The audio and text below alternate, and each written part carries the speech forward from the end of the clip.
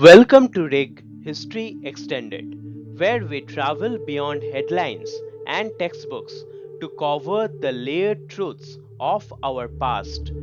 Today, we dive into one of the most complex and emotionally charged conflicts in modern history, the Israel Palestine conflict. This is not just a territorial dispute, it's a story of faith and fear, promises and betrayals, displacement and identity, stretching across a century of struggle. We will walk through the pivotal moments, the political decisions that reshaped borders, the wars and treaties that failed to bring peace, and the lives forever altered in the crossfire.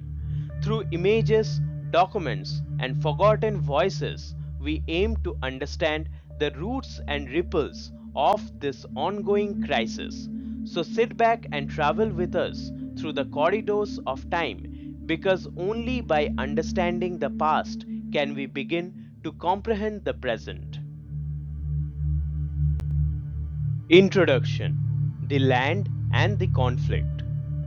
The Israel Palestine conflict is one of the most complex and emotional disputes in modern history, rooted in both ancient legacy and modern nationalism.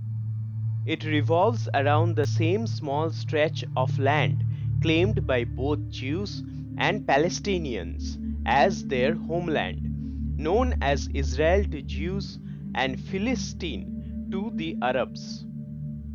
The region has been inhabited and ruled by numerous peoples: Hebrews, Romans, Arabs, Crusaders, Ottomans, and the British. For Jews, the land symbolizes ancient sovereignty and religious destiny, and for Palestinian Arabs, it is their native soil, inhabited for centuries. The conflict intensified with the rise of modern Zionism, Jewish immigration, and the birth of Israel in 1948, clashing with Arab nationalist aspirations. Over time, what began as a territorial dispute has evolved into regional wars, religious friction, and a clash of historical narratives. Understanding the full story means tracing the journey from ancient civilizations to today's blood stained borders. Ancient Hebrews and the Kingdom of Israel. Around 1000 BC, ancient Hebrew tribes formed a united kingdom under King Saul, David, and Solomon, centered in Jerusalem. King David established Jerusalem as the capital and spiritual capital. His son Solomon built the first temple on Mount Moriah. This period marks the foundational era of Jewish identity in the land of Israel, central to Jewish religion and nationalism. After Solomon's reign, the kingdom split into Israel north and Judah south, weakening the Hebrews politically. In 722 BC, the Assyrians destroyed Israel, and in 586 BC, the Babylonians destroyed the first temple, exiling Jews to Babylon. Jews returned and built the second temple around 516 BC, but control of the land passed through Persians, Greeks, and finally Romans. Despite foreign rule, Jewish religious life remained central in Jerusalem, maintaining a continuous connection to the land. Roman conquest and Jewish exile. The Romans captured Judea in 63 BC and made it a client kingdom before converting it into a full Roman province. In 70 CE, after crushing a Jewish revolt, Roman legions under Titus destroyed the Second Temple in Jerusalem. This marked the devastation of Jewish national life and the start of a mass exile from their ancestral homeland. A second Jewish revolt in 135 CE, led by Bar Kokhba, was also crushed brutally. Jews were banned from Jerusalem. The Romans renamed the province Syria Palestina, deliberately erasing the name Judea to sever Jewish ties to the land. Thousands of Jews were killed, sold into slavery, or dispersed across the Roman Empire, beginning the Jewish diaspora. Despite exile, a small Jewish presence persisted in towns like Jerusalem, Hebron, and Galilee throughout the Roman and Byzantine times. Jewish diaspora and the naming of Palestine. After 135 CE, most Jews lived outside their homeland, forming a diasporic communities across Europe, North Africa, and the Middle East. The term Palestine became standard under the Romans, later adopted by Byzantines, Islamic empires, and eventually the British. In Europe, Jews faced centuries of persecution, blood libels, forced conversions, and mass expulsions from England in 1920, France in 1306, 1394, and Spain in 1492. In Eastern Europe, especially under the Russian Empire, Jews endured frequent pogroms, notably in 1881 to 82 and 1903 to 1906, triggering mass emigration. While Muslim empires offered more tolerance via dhimmi status, Jews were still treated as second class and occasionally faced violence or forced conversions. Despite dispersion, Jews maintained religious and emotional attachment to Jerusalem and prayed for return. Next year in Jerusalem became a liturgical phrase. This historical pain and longing fueled Zionism centuries later, setting the stage for conflict when Jews returned in large numbers. Islamic conquest and changing demographics. In 638 CE, Arab Muslim armies conquered Jerusalem from the Byzantines, marking the start of Islamic rule over Palestine. The Caliph Umar entered the city peacefully and allowed Jews to return after centuries of Roman bans. Jerusalem became the third holiest city in Islam, housing the Dome of the Rock and Al Aqsa Mosque on the Temple Mount. Over time, most of the population became Arabized and Islamized, though Jews and Christian communities remained. The Arabic name Al Quds, the Holy, became the Islamic term for Jerusalem. Under various Islamic dynasties like the Umayyads, Abbasids, Fatimids, Palestine remained a province, not a central hub. The land continued to be home to Muslims, Christians, and Jews, laying groundwork for the diverse but tense demographic mix of the future. Crusaders, Mamluks, Ottomans, medieval control. In 1099, Crusaders from Europe captured Jerusalem during the First Crusade, establishing the Kingdom of Jerusalem. Jews and Muslims were massacred en masse, and for nearly 90 years, Christians ruled the city under a theocratic regime. In 1187, Saladin reclaimed Jerusalem for Islam, restoring tolerance towards Jews and Christians under the Ayyubid rule. Later, the Mamluks ruled the region from Egypt, fighting off Mongols and Crusaders but investing little in development. In 1517, the Ottoman Empire under Sultan Selim I conquered Palestine, ruling it for the next 400 years. Under Ottoman rule, Palestine was a quiet backwater with a mixed population of Arab Muslims, Christians, and a small number of Jews. The Ottomans allowed Jewish immigration, especially after expulsions from Spain in 1492, setting early roots for a future return. Life under Christian Europe, anti Semitism, and pogroms. In medieval Christian Europe, Jews lived under constant suspicion and hostility, often blamed for killing Christ. They were falsely accused in blood libels, allegations of murdering Christian children for rituals, leading to violent reprisals. During the Crusades, mobs attacked Jewish communities in Germany and France. Entire populations were wiped out en route to Holy Land. Jews were barred from owning land, joining guilds, or holding office, often forced into roles like money lending, which increased resentment. Waves of expulsions followed: England 1290, France 1306 and 1394, Spain and Portugal 1492 to 1497. Thousands were exiled or forcibly converted.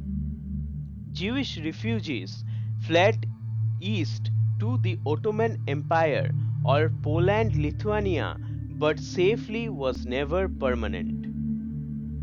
This history of systematic persecution and alienation laid the emotional foundation for modern Zionism and the desire for a secure Jewish homeland. Expulsions and blood libels. Expulsions of Jews weren't isolated acts, but a recurring pattern throughout Christian Europe for centuries. Apart from England, France, and Spain, expulsions occurred in Austria and Brandenburg. Blood libels, accusations of using Christian blood in rituals, led to mass killings, especially in Norwich, Trent, and beyond. Jews were scapegoated for disasters, notably during the Black Death, accused of poisoning wells. Thousands were burned alive.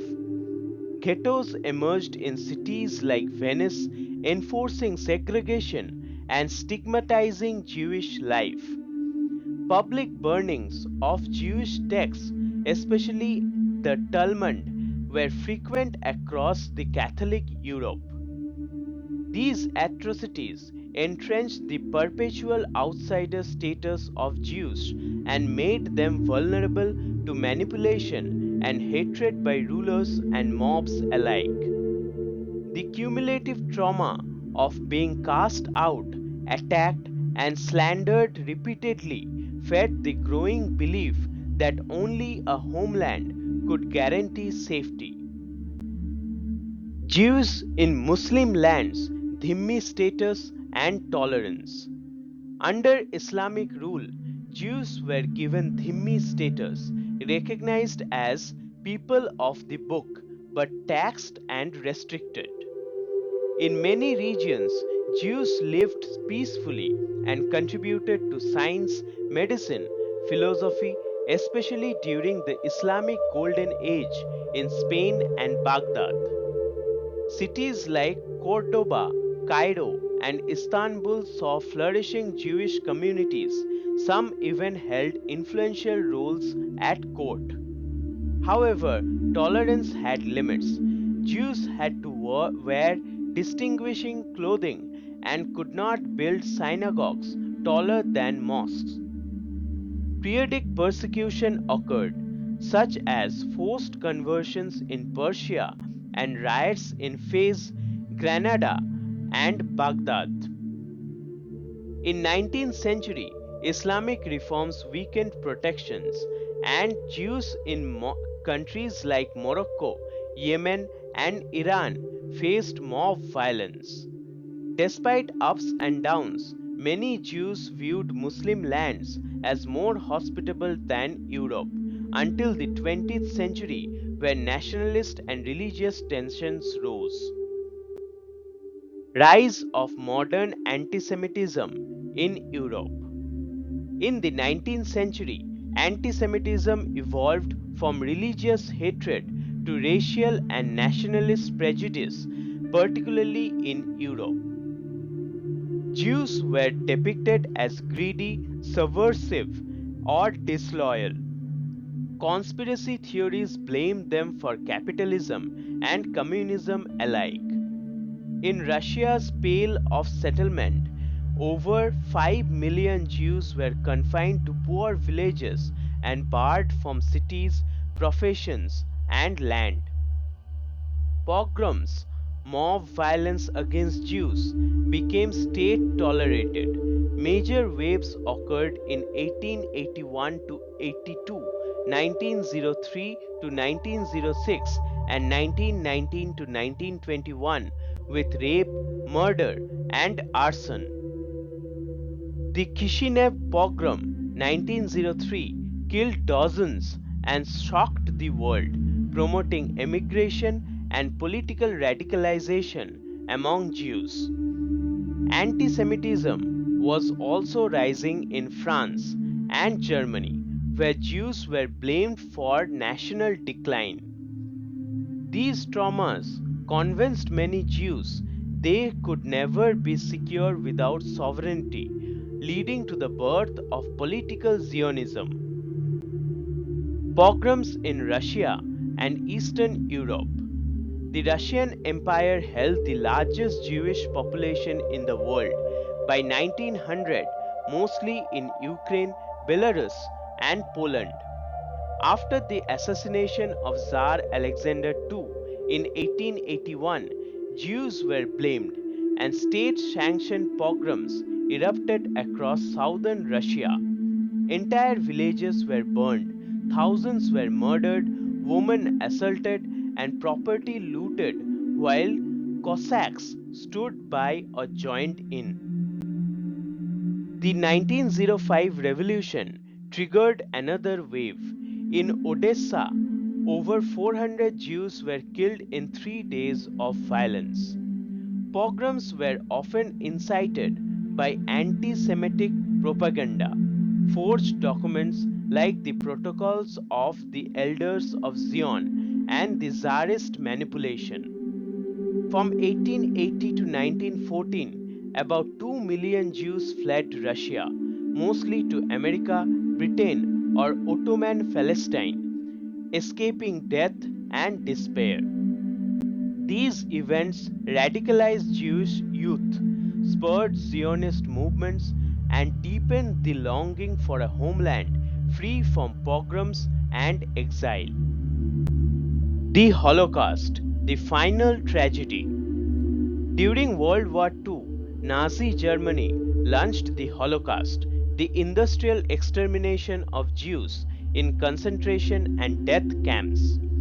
6 million Jews, including 1.5 million children, were murdered through gas chambers, mass shootings, starvation, and medical experiments. The genocide decimated ancient communities in Poland, Hungary, Lithuania, and Ukraine, ending centuries of Jewish life in Europe. Camps like Auschwitz, Treblinka, and Sobibor became factories of death. Survivors emerged as ghosts of civilization. The Allies liberated the camps in 1945, but most survivors had nowhere to return as homes were gone or occupied. Hundreds of thousands languished in displaced camps, rejected by Western countries. The Holocaust sheared into Jewish consciousness the belief that only a sovereign homeland could ensure safety, making the case for Israel's creation undeniable to Jews and to many in the world. The rise of political Zionism. In the late 19th century, modern nationalism inspired Jews to seek self determination, giving birth to Zionism. Theodor Herzl, an Austro-Hungarian journalist, witnessed intense anti-Semitism and concluded Jews needed their own nation. In 1896, he published The Jewish State, calling for a Jewish homeland in Palestine, the ancestral land of the Jews. A year later, the First Zionist Congress, 1897, in Basel, Switzerland, declared the goal of establishing a Jewish state. The early Zionist settlers began moving into Ottoman Palestine from Eastern Europe and Yemen, creating small agricultural communities. They bought the land legally, often from the absentee landlords, and revived Hebrew as a spoken language. Zionism fused historical memory, modern politics, and urgent survival, especially in the face of pogroms and exclusion across Europe. Early Jewish immigration and settlements. From the 1800s onward, Jewish immigration to Palestine occurred in waves, known as aliyahs, return journeys to the ancient land. The first aliyah, 1882 to 1903, brought Russian and Yemeni Jews. They founded agricultural settlements like the Petah Tikva and Rishon LeZion. The second Aliyah, 1904 to 1914, followed pogroms in Eastern Europe, bringing idealistic youth who created kibbutzim, collective farms. These settlers drained swamps, fought malaria, and began building the infrastructure of a future state. They founded Tel Aviv in 1909, the first modern Hebrew city, and promoted labor Zionism, blending socialism and nationalism. While small in number, their presence started to change the demographic and political makeup of the region. Tensions with local Arabs began rising as land ownership shifted and a new identity began forming around Jewish self rule. Arab reaction and growing tensions. By the early 20th century, Palestinian Arabs grew uneasy as Zionist immigration increased and Jewish communities expanded. While many Jews bought land legally, Arab peasants were often evicted by new Jewish landowners, creating resentment. Arabs feared becoming a minority and losing control of their homeland to foreign settlers. Protesters and minor riots broke out in cities like Jaffa and Jerusalem, reflecting a growing sense of threat.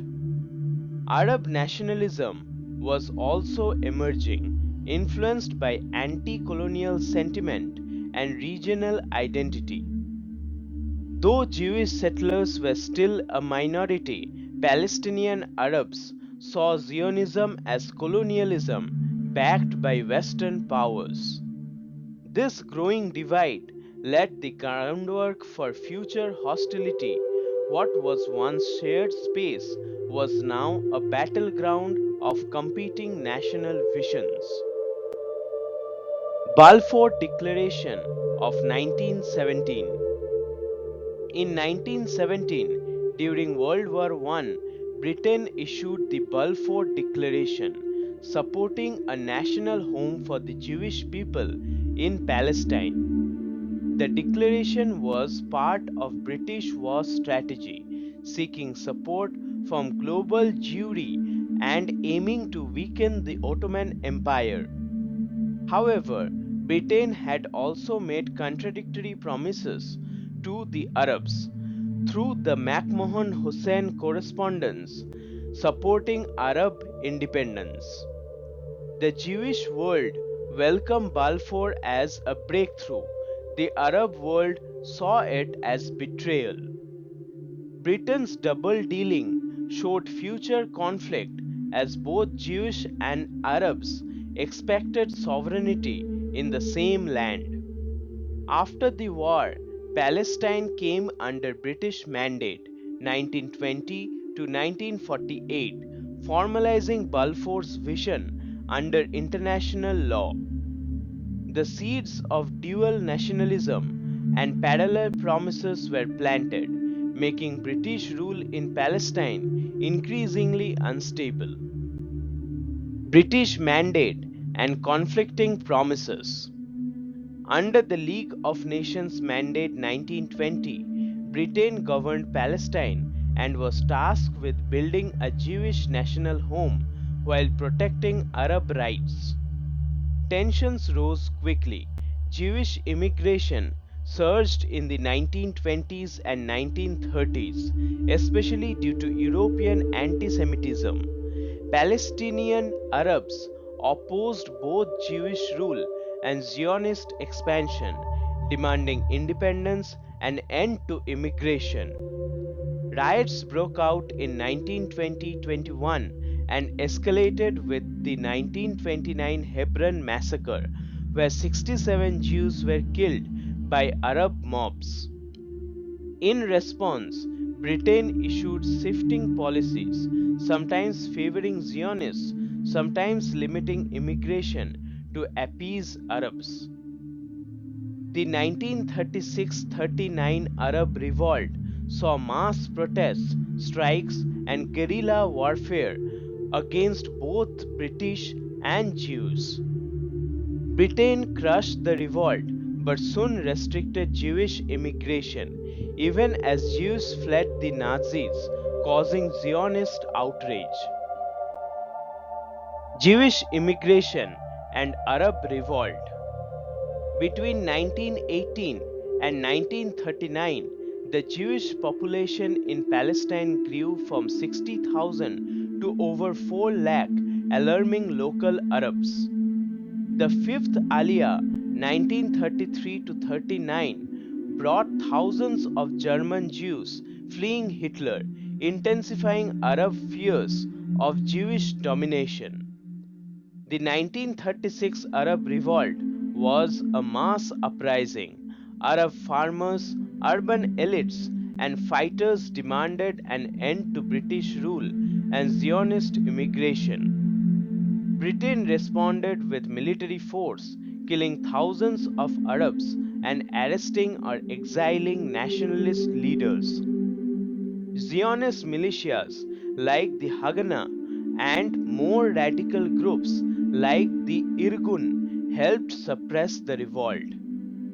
In 1939, Britain issued a white paper capping Jewish immigration to 75,000 over 5 years, just as Jews desperately tried to escape the Holocaust.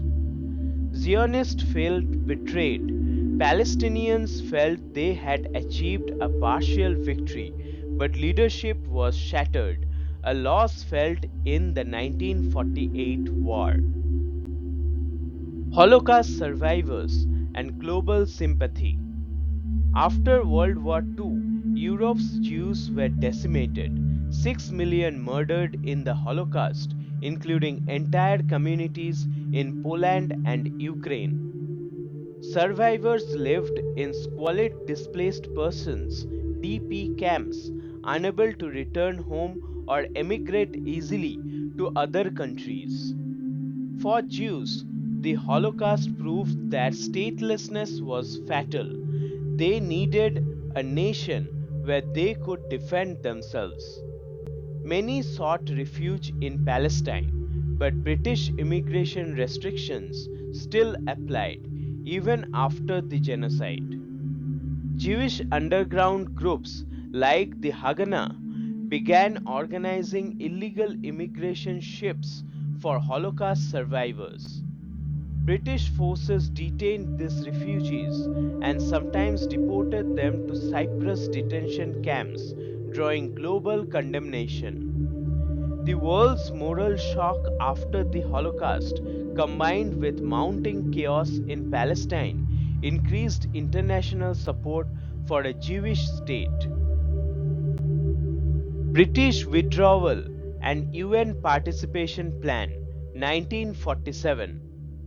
By 1947, Britain could no longer manage escalating violence between Jews and Arabs in Palestine and referred the issue to the United Nations. The UN proposed partitioning Palestine into two states, one Jewish, one Arab, with Jerusalem as an international zone. Jewish, then about 33% of the population, accepted the plan, despite receiving 55% of the land, seeing it as a compromise. Palestinian Arabs and surrounding Arab states rejected the plan, arguing it violated the rights of the Arab majority. The UN passed Resolution 181 in November 1947. Jubilation erupted in Jewish communities, while Arabs protested violently. Civil war began almost immediately between Jewish and Arab militias.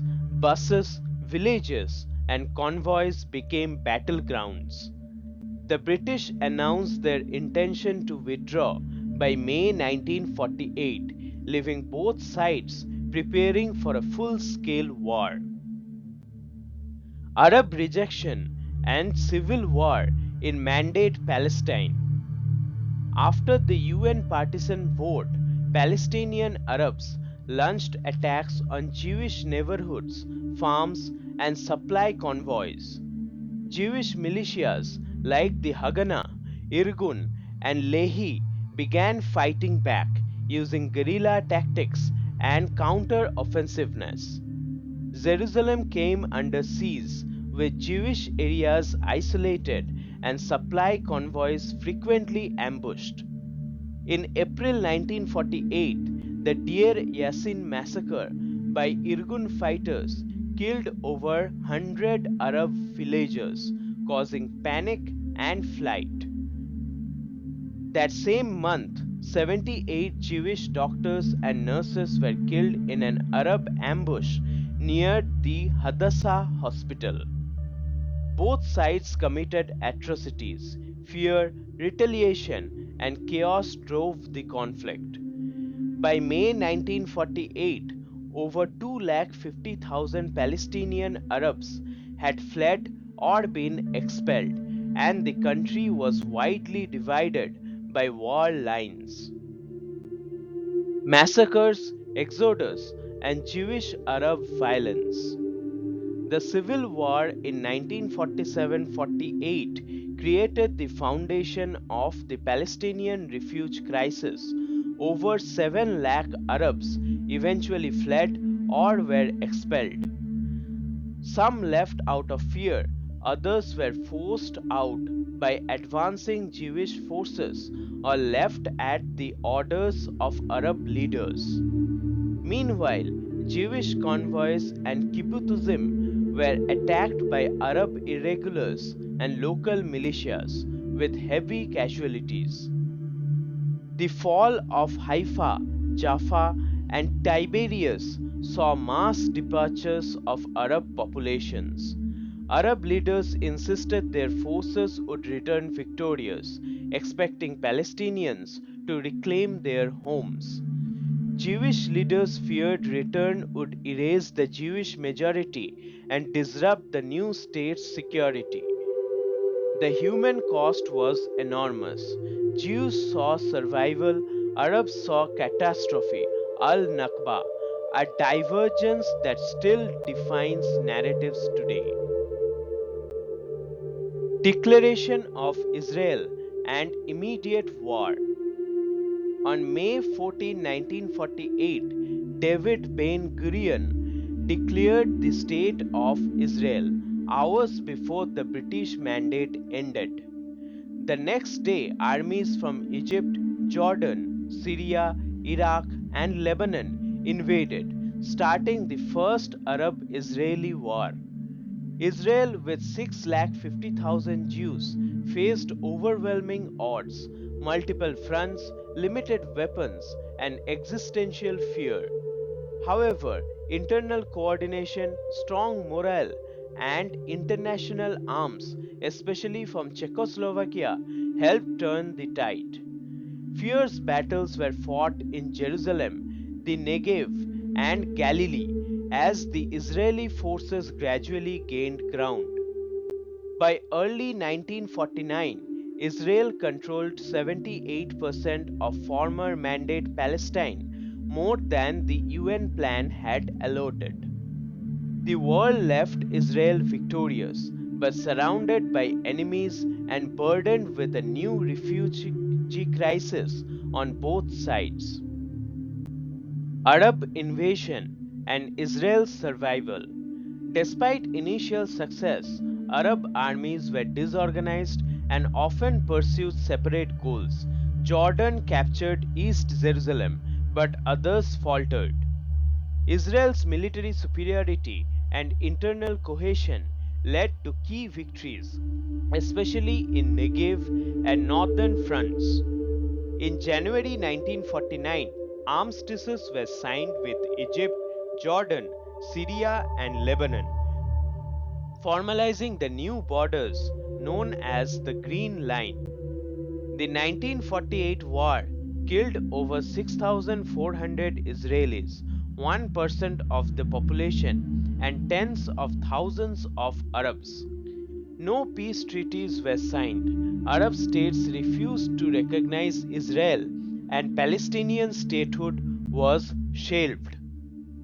Meanwhile, 8 lakh Jews from Arab countries were expelled or fled. Many resettled in Israel, creating a dual refugee crisis. While Palestinians mourned Al Nakba, Israelis celebrated independence, setting the emotional divide that endures to this day. Changing borders and refugee crisis. After the 1949 armistice, Israel held 78% of former Mandate Palestine, exceeding the UN's original allocation. The remaining 22% was taken by its neighbors. Egypt occupied Gaza, and Jordan annexed the West Bank and East Jerusalem. The war created two major refugee crises.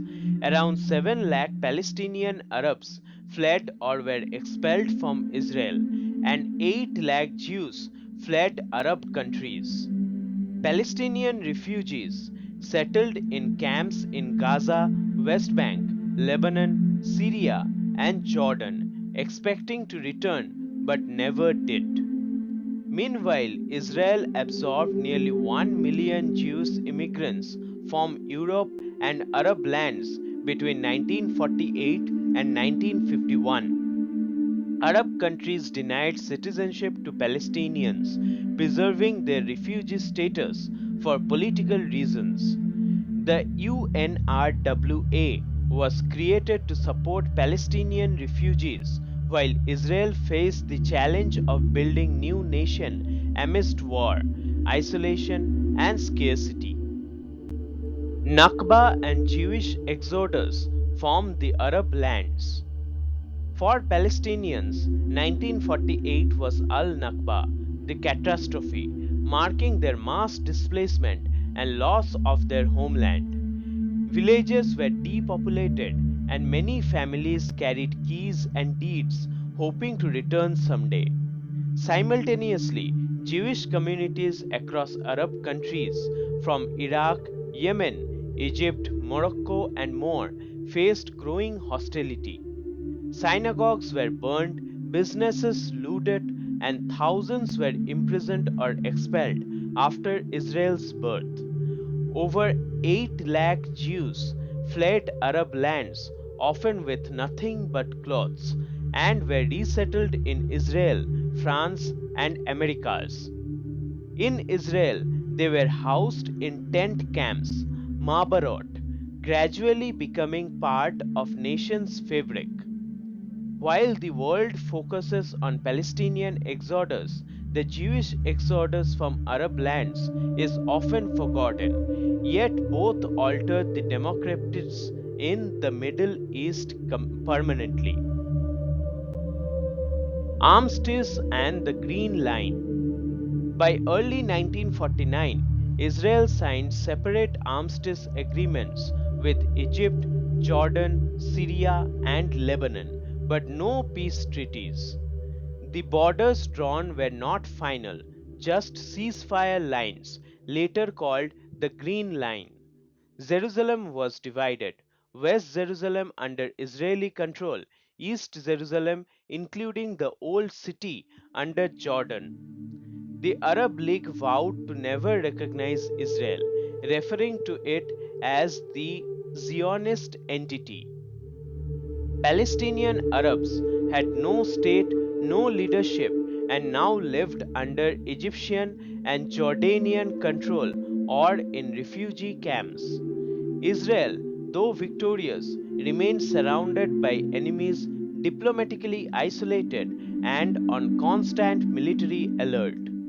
The Green Line remained the de facto border until 1967, but the underlying issues, refugees, recognition, and borders, remained unresolved. Israel's nation building and security struggles. Post 1948, Israel was a fledgling state with limited resources, absorbing over 1 million Jewish immigrants in its first decade. It built institutions, towns, roads, and agricultural systems while under constant threat of renewed Arab invasion. Armed Palestinian Fedayeen guerrillas began infiltrating from Egyptian Gaza and Jordanian West Bank, attacking Israeli civilians and infrastructure. Israel responded with retaliation raids, escalating tensions with neighboring Arab states.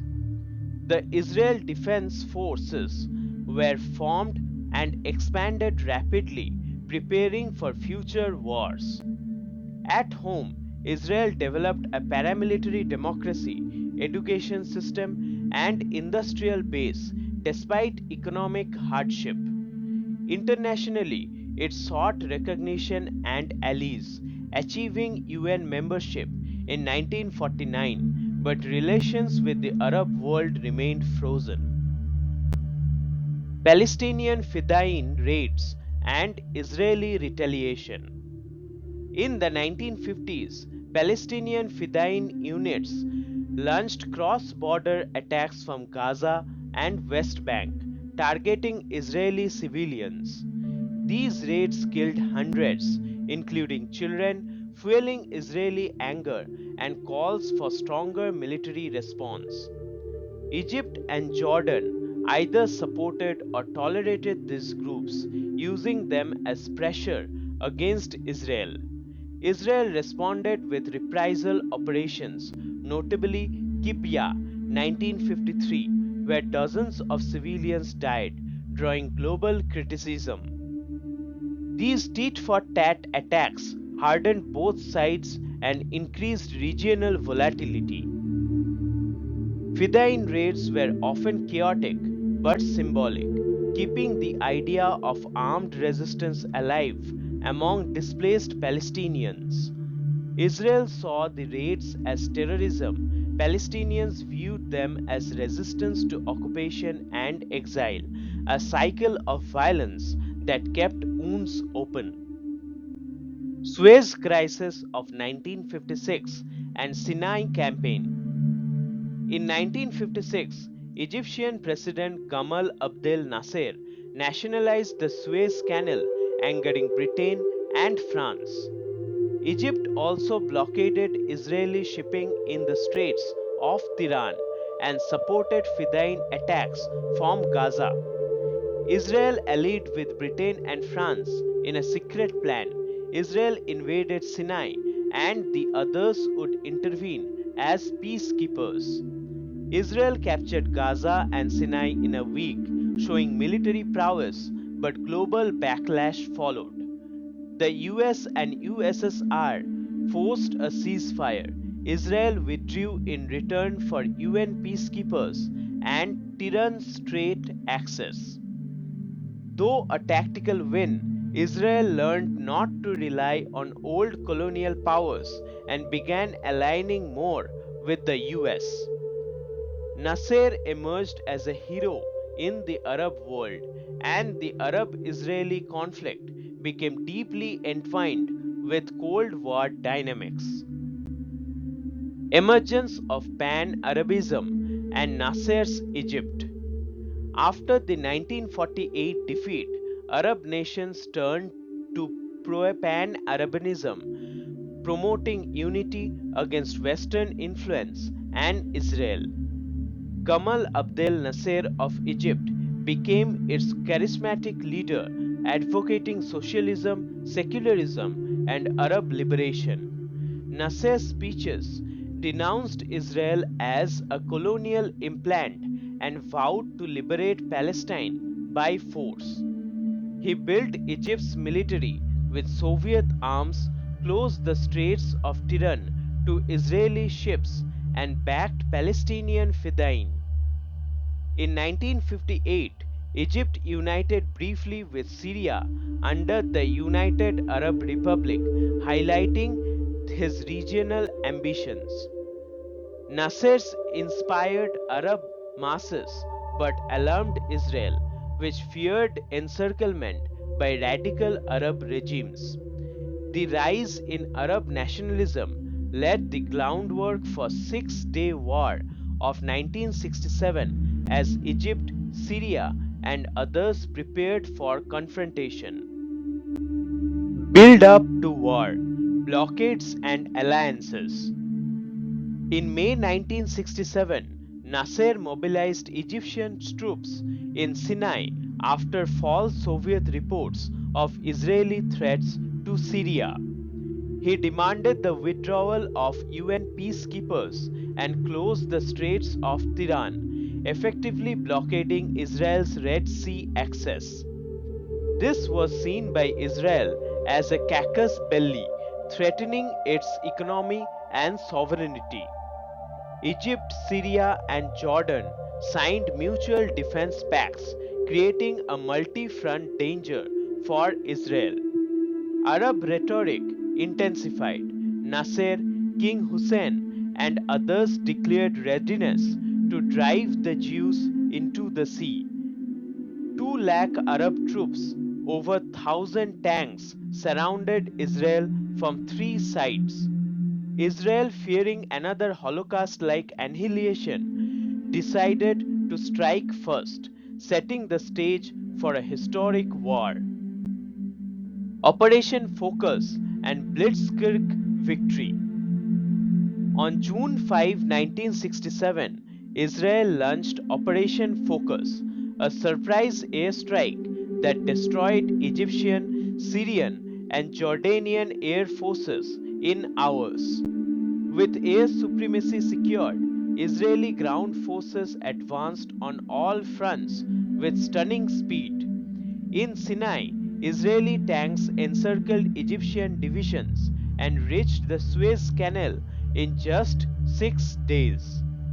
In the West Bank, Israeli troops pushed Jordanian forces back and captured East Jerusalem and the Old City. In the north, after fierce fighting, Israel seized the Golan Heights from Syria. The war ended on 10th June 1967 with Israel in control of the West Bank, East Jerusalem, Gaza Strip, Sinai Peninsula, and Golan Heights. It was a military triumph, but also the start of a complex new phase of occupation and diplomatic challenges.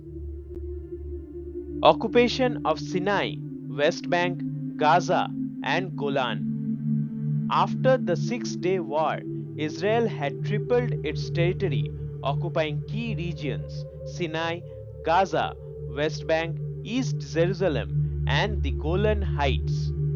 Over 1 million Palestinians came under Israeli military rule, mostly in the West Bank and Gaza. Many Israelis viewed the land as historic, Judea and Samaria tied to biblical identity and strategic depth. Israel annexed East Jerusalem, declaring the city as eternal capital, though this wasn't internationally recognized. UN Resolution 242 called for Israel's withdrawal from occupied lands in exchange for peace, a concept known as land for peace. Arab states responded with Khartoum Resolution 1967, no peace, no recognition, no negotiations. The war reshaped regional geopolitics and began a long era of military occupation, resistance, and diplomatic stalemate. Aftermath: refugees, occupation, and UN Resolution 242. The 1967 war created another wave of Palestinian refugees, especially from the West Bank and Gaza. Israel's occupation sparked international debates and new Palestinian demands for liberation and statehood. UN Security Council Resolution 242 called for Israeli withdrawal from territories occupied in the recent conflict in return for peace. The vague language "territories" versus "the territories" allowed multiple interpretations, decaying the resolution. Israel sought secure borders and recognition. Arab states demanded total withdrawal and full refugee return. Palestinian resistance grew, including the rise of the Palestine Liberation Organization (PLO) under Yasser Arafat.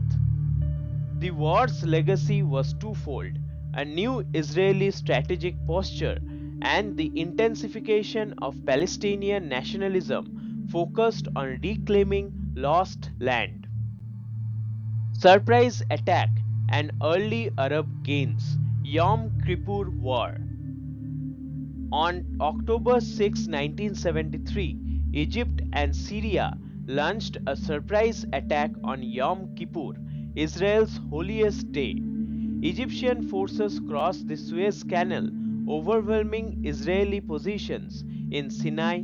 Syria invaded the Golan Heights simultaneously. The war caught Israel off guard. Within days, Israel lost hundreds of soldiers and panic spread. Egypt used Soviet supplied SAMs and tanks, while Syria nearly reached Galilee. For the first time since 1948, Arab armies scored significant initial victories, restoring morale in the Arab world. Israel quickly mobilized reserves, stabilizing the front and launching the counter-offensive within a week. The US airlifted military surprises while the Soviet Union supported Arab states, raising Cold War tensions. Israeli counter-offensive and turning the tide. After initial setbacks in the Yom Kippur War, Israel mobilized over 3 lakh reservists within 48 hours. On the Sinai front, under Ariel Sharon, Israel executed a daring maneuver, crossing the Suez Canal and encircling Egypt's Third Army. In the north, Israeli forces pushed Syrian troops out of the Golan and advanced within 30 or 40 kilometers of Damascus. The tide turned dramatically, and Israel regained nearly all lost territory, inflicting heavy losses on Egypt and Syria. But the war's psychological impact was deep. Israel's sense of invincibility was shattered. The Arab world regained pride. Over 2,800 Israelis died, along with 8,500 Egyptians and 3,500 Syrians, a heavy toll for all. The US and USSR intervened to prevent escalation. A UN brokered ceasefire ended the fighting on October 25, 1973. Oil embargo and global shockwaves. In the retaliation for Western support to Israel, Arab members of OPEC imposed an oil embargo on October 1973. Oil prices quadrupled in months, triggering global inflation, energy crisis, and economic stagnation, especially in Europe and the US. The embargo forced Western nations to rethink Middle East policies, increasing diplomatic engagement with Arab states. The Arab oil wealth surged, funding military buildups and Palestinian organizations like the PLO. The embargo exposed global dependence on Middle Eastern oil and reshaped international alliances. Countries like France, Germany, and Japan grew more pro Arab diplomatically, creating pressure on Israel. Though Israel survived militarily, the oil shock shifted global power, giving Arab states new leverage over Western foreign policy. Camp David Accords, peace with Egypt.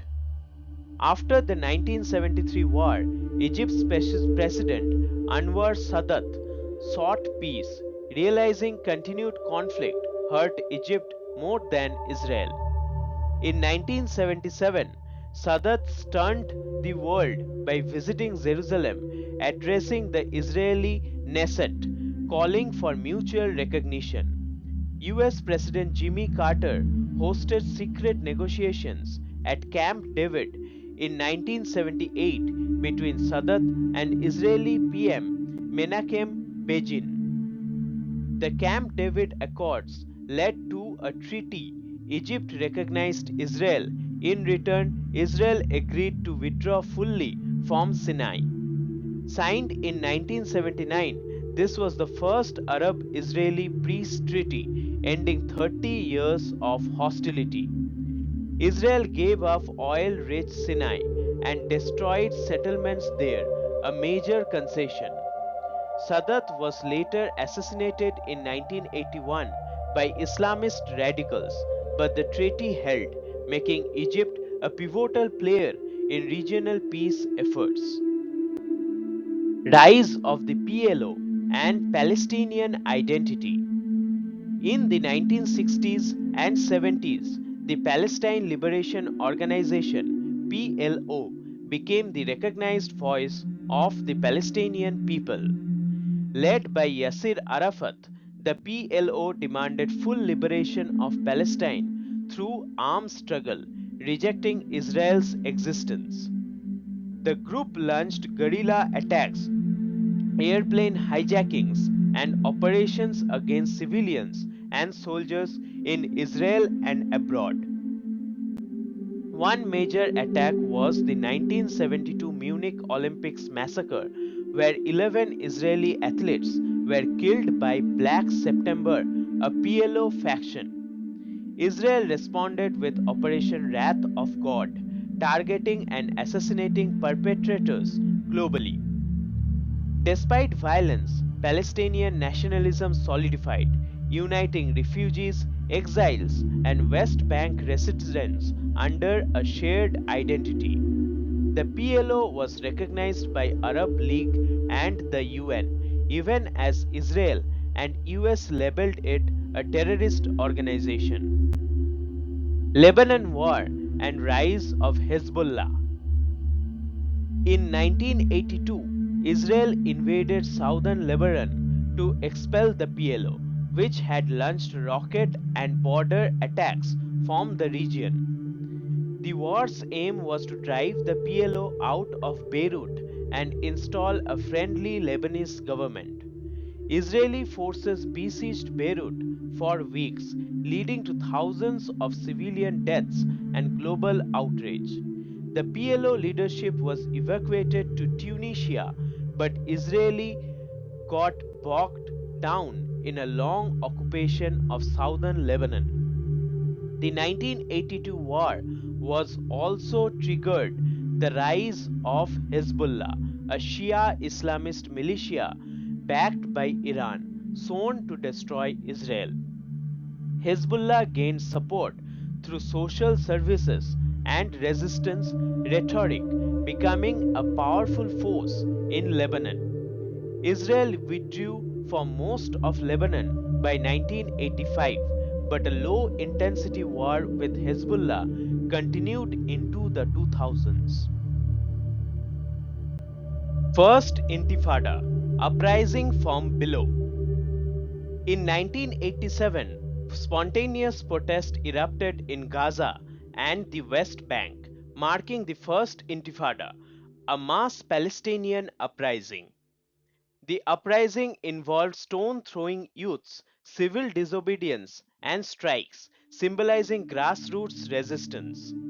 Israel responded with curfews, arrests, and harsh military measures, drawing international criticism. Over 1,000 Palestinians and around 200 Israelis died in the clashes between 1987 and 1993. The PLO, though in exile, gained legitimacy as Palestinian factions coordinated with it during the uprising. The Intifada shifted global perception. Palestinians were no longer seen only as terrorists, but also as occupied people demanding rights. The uprising laid the groundwork for the Oslo Accords as both sides realized that force alone wouldn't end the conflict. Oslo Accords, Hope for Peace. In 1993, Israel and the PLO under Rabin and Arafat signed the Oslo Accords, a historic movement for mutual recognition.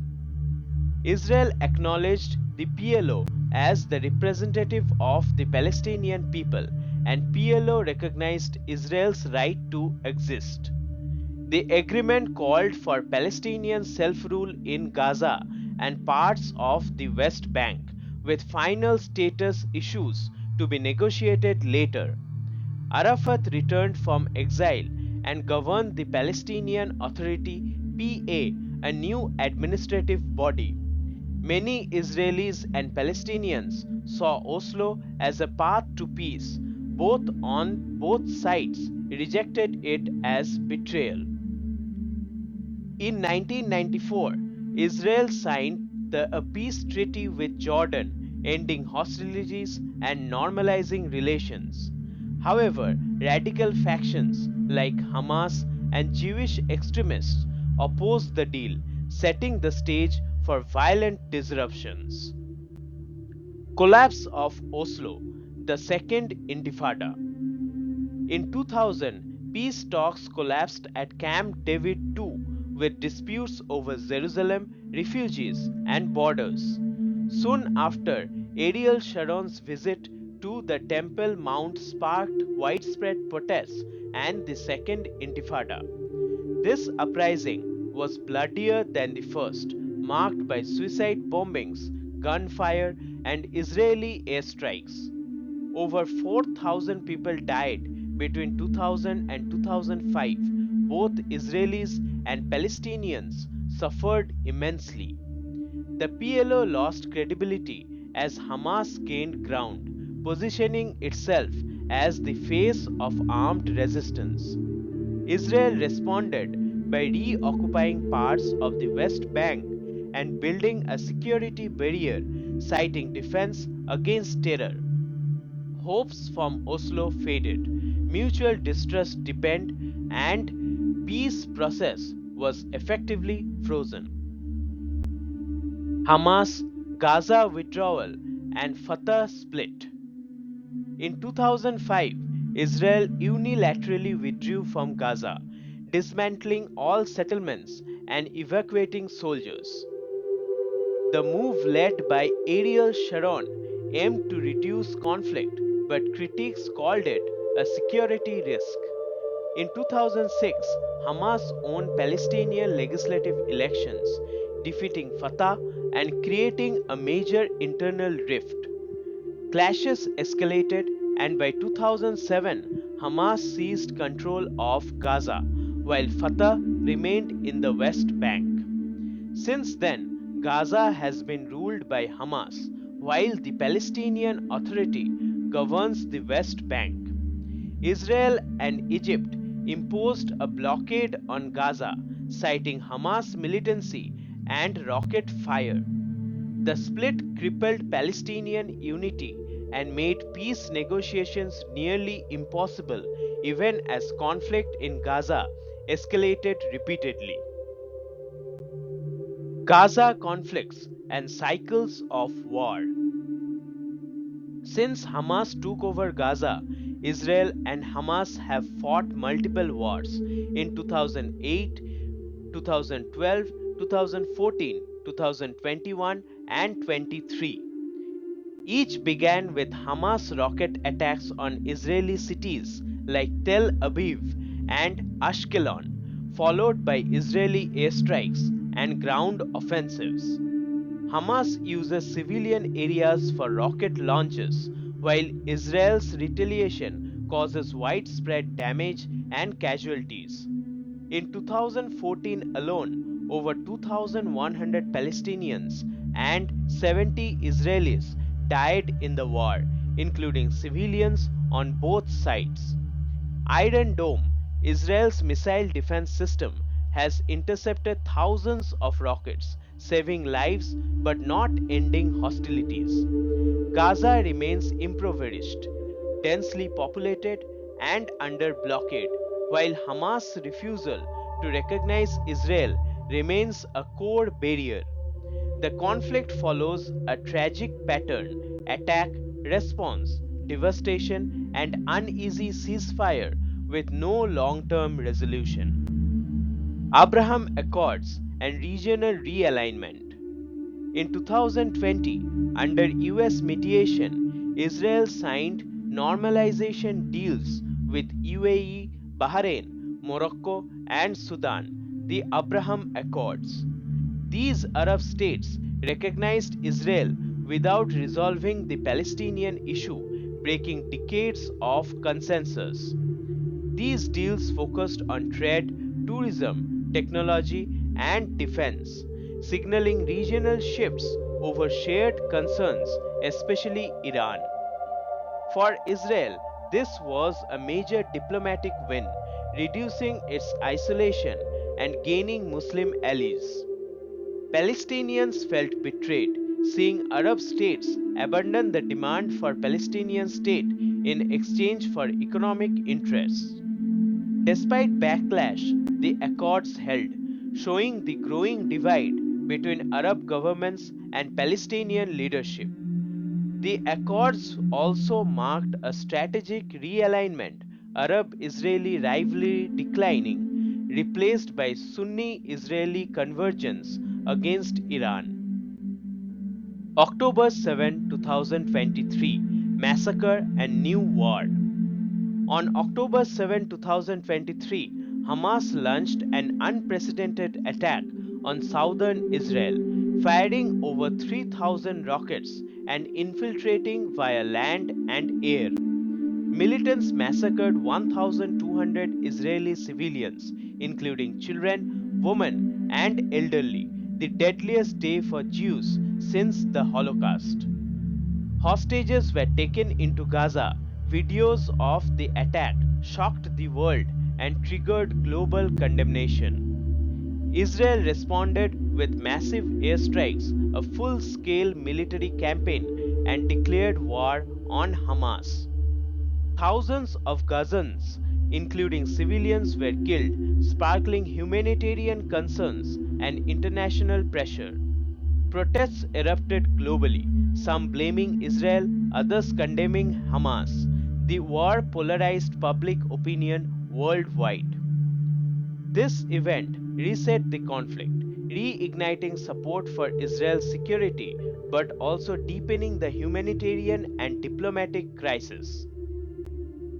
Global reactions. and polarized narratives.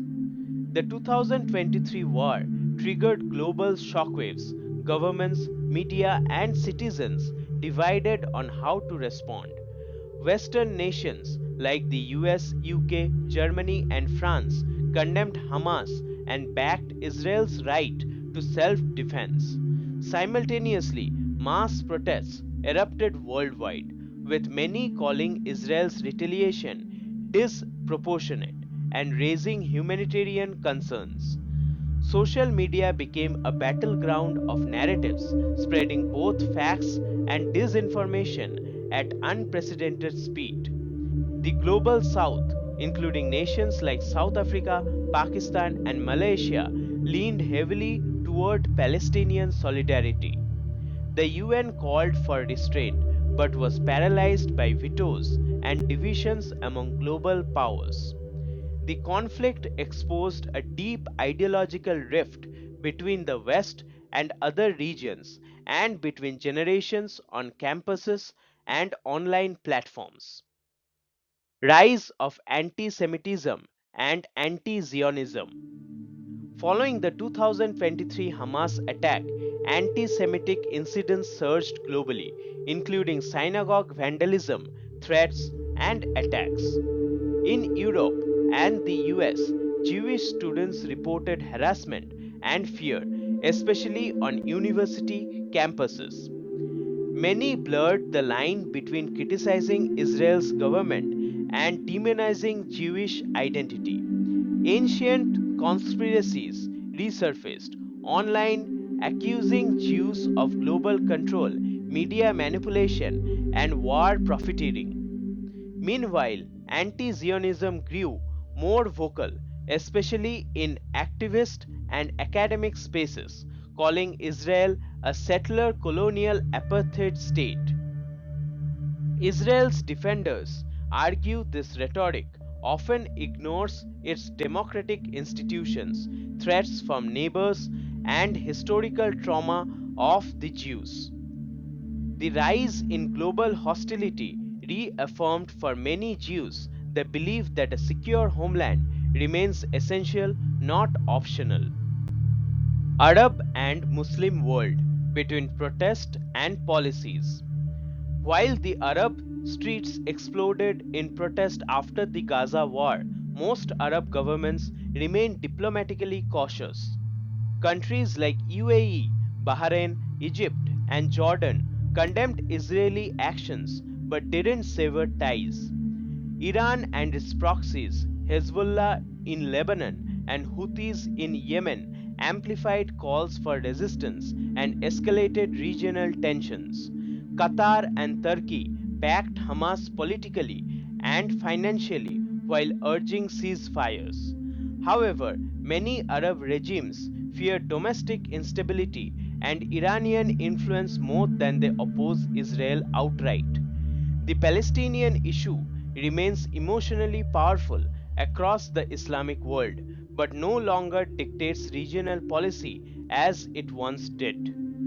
The split between people and state policy has become more visible, showing a new realism in the Middle Eastern geopolitics. The elusive two nation state solution. The dream of two-state solution, Israel and Palestine living side by side, has driven peace talks since Oslo. Yet, decades of settlement expansion, internal Palestinian division, and radicalization have undermined it. The West Bank is fragmented, with Israeli settlements, checkpoints, and security zones making statehood complex. Gaza under Hamas rejects coexistence altogether, making it a separate entity from the West Bank. Some Israeli voices support a one state solution with full equality. Others want to maintain the status quo or annex more land. Palestinians remain stateless, their hopes crushed by failed diplomacy, corruption, and recurring wars. The two state division is now more of a slogan than a plan, yet still regarded by many global leaders as the only viable path to peace. Conclusion: a century of conflict and memory. The Israel Palestine conflict is not just about borders, it is a clash of histories, traumas, and identities. Jews carry centuries of persecution culminating in the Holocaust, making sovereignty a matter of survival.